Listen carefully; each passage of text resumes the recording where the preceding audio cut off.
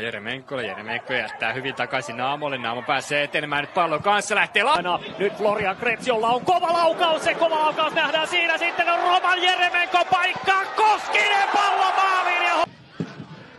Musinga, Jeremenko. Jälleen on paljon tiloja Hongalla, kun Inter panostaa hyökkäämiseen. Ja nyt Arko Mensahin paikka. Kentällä. Jeremenko.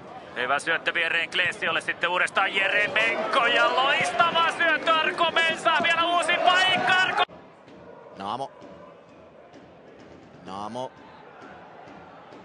Naamo pelaa siihen loistavasti tulee.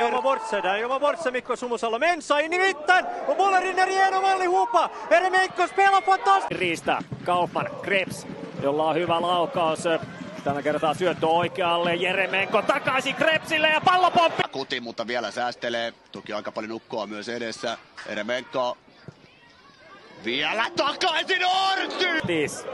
Keskeltä löytyy Kleesio vapaana. Jeremenko linjan taakse Koskiselle. Oi mikä syöttö!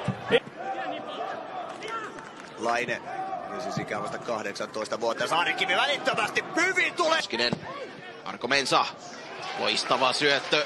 En nyt ole ihan varma, oliko tarkoitettu, mutta hienosti löytää keskustasta kuitenkin Jeremenko. Jeremenko katselee vähän, pää pyörii, mistä löytyy omia. Löytää sitten Kleesion. Kleesio harhauttaa, laukoo uudestaan.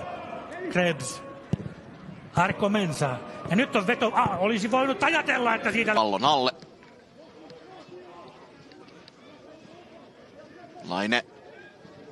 Jeremenko kääntää upeasti siihen. Jeremenko kantapäällä Ulundulle, loistava syöttö jälleen ja sitten tarjoilua. Passningen sämre av Kevin Jansen, men minns ju Kleesio, Jeremenko försöker på såna långa släpp.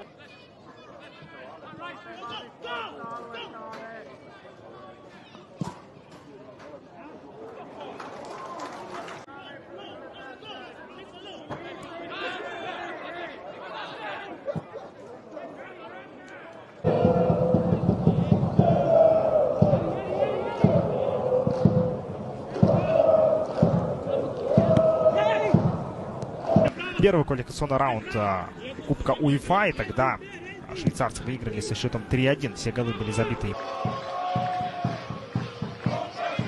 Jeremenko. Nyt on vasemmalla Kevin Jansenilla tilaa. Jeremenko näkee tämän. Jansen. Tuutti oli KuPSin päävalmentajana. Se jäi hänen viimeiseksi ottelukseen KuPSin